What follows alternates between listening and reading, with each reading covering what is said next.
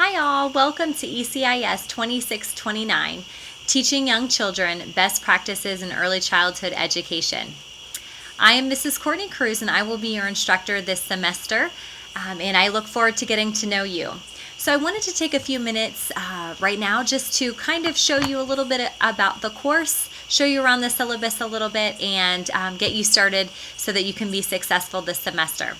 So first, I'd like to show you our two textbooks for this course. You should have already received an email, and hopefully you already have these in hand, but you should have the Effective Practices in Early Childhood Education. This is the third edition, so hopefully you have this. Most of our courses, course assignments and readings will be from this textbook. This will be a great resource for you in the future. Many of our OAEs in the beginning will have a lot of information that you can take directly from here. So this will be a good guide for studying for even your OAEs in the future. The second textbook, which is not really much of a textbook, as you can see, it's very thin, is the Assessment of Practices in Early Elementary Classrooms. So I also refer to this as the APEC book, right? So this is the acronym for that, and you might see that throughout our modules. With this textbook, you will be using this assessment, I should say, as a rating scale when you do your 7 hours of field work. So if you remember, this course requires 10 hours of field work, but we have split that up with 7 hours in a classroom, and that is needing to be a K through 3 classroom. So you want to find yourself a teacher that you can go in and observe. If you need any help in doing so, let me know. I do have some connections to some schools, but most of the time we leave that on students. You can just contact the principal, send a nice email, introduce yourself, and just ask if there is a teacher willing to have you for 7 hours of observation. And you do not want to take this book in and just read through it and be circling things throughout your observation time. As you will see, this is an actual rating scale. That's what you're going to be doing this semester as part of your critical task, but instead you'll want to go in and do your observation hours, engage with the classroom teacher and the students as much as possible, and then you'll want to come back home with your notes, and then you'll want to do the rating. The other 3 hours of that 10 hours of field work will be spent interviewing a parent. So you'll want to find a parent of a child, again, K through 3, and you will just interview and you'll do some observations of the child, and then that will be another assignment that we have throughout the course. When you are on Blackboard, if you go to the syllabus link on the left, you will be able to find the course syllabus, and you will be able to find a course calendar. So I have this is what I do for all of my courses, and I make it available for the students. So this is a course calendar. This has all of your assignments, your discussion board posts. Most likely will be on Wednesdays. The first posting of the week will be due on a Wednesday. Most assignments are going to be due on a Thursday. This week will be slightly different, this first week of class. So we've got a Thursday and a Friday with the scavenger hunt being due. You'll get to know what that is as you get into Module 1. And so feel free to print this out, add your other coursework to keep you organized. One of my biggest pieces of advice for this online course and any other online course you take is to be very organized. Because you're not going to class, it can kind of be easy to forget that you are having coursework and text reading and discussions. So all of those things that we would have done in class and in person, we're actually going to be doing online. So our discussions will be held on a discussion board, and you'll see that link on the left side in your Blackboard. In Blackboard, and so you'll hit the discussion. There will be a specific question that you'll need to answer, and you'll want to make sure that you follow the rubrics throughout this semester. In teaching this course this summer, I did notice a big difference in the students who were paying attention and adhering to all of the pieces of the rubric, who were going back in their syllabus and looking through the specific pieces of instruction for each assignment versus students who were not. So you really want to make sure that you do that for yourself in order to be successful.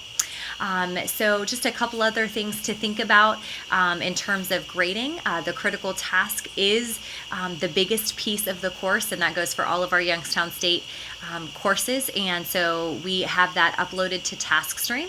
So you'll see where you will need to have a TaskStream account, and you'll want to make sure that that's an active TaskStream account through the end of the semester, because that's where I'll be doing the grading for that critical task. those are graded more heavily. You might notice in this course that not only are assignments given points, but they're also given a weighted value. So you really want to pay attention to that when you're trying to calculate your grade.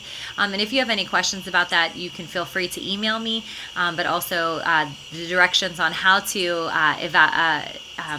come up with your grade are in the syllabus.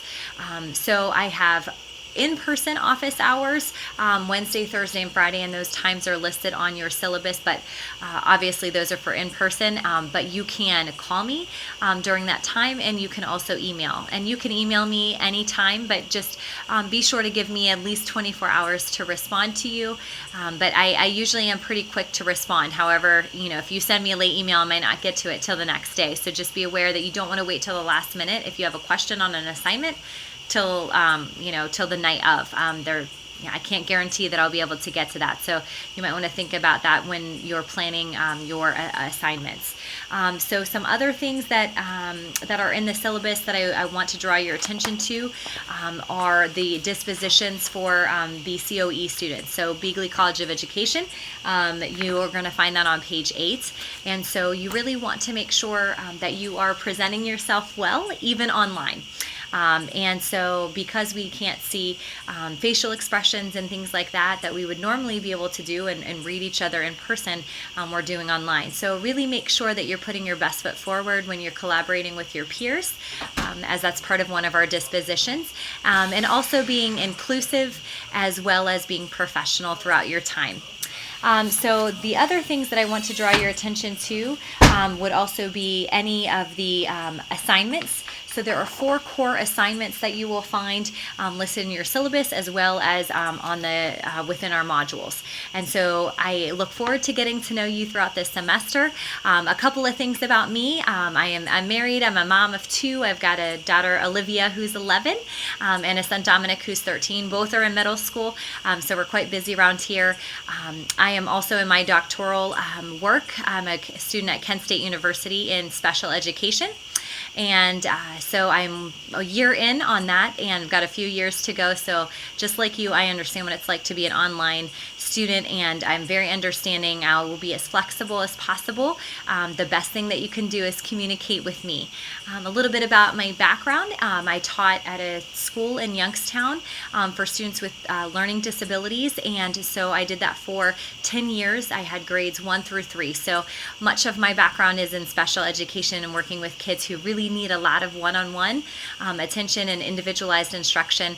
And one of the beauties of working at Youngstown State is I have the opportunity to invite some of my former students who are now in high school and their families into those classrooms. So I also teach ECIS 3700, which is Integrated Strategies for Inclusive Classrooms. And so some of my former families come back and they talk about the IEP experience. And so it's really important for me to get to know my students and really get to know how you learn. I look forward to helping you to develop into a wonderful teacher candidate who can go out there into our field and just make such a positive impact on our community and on our society.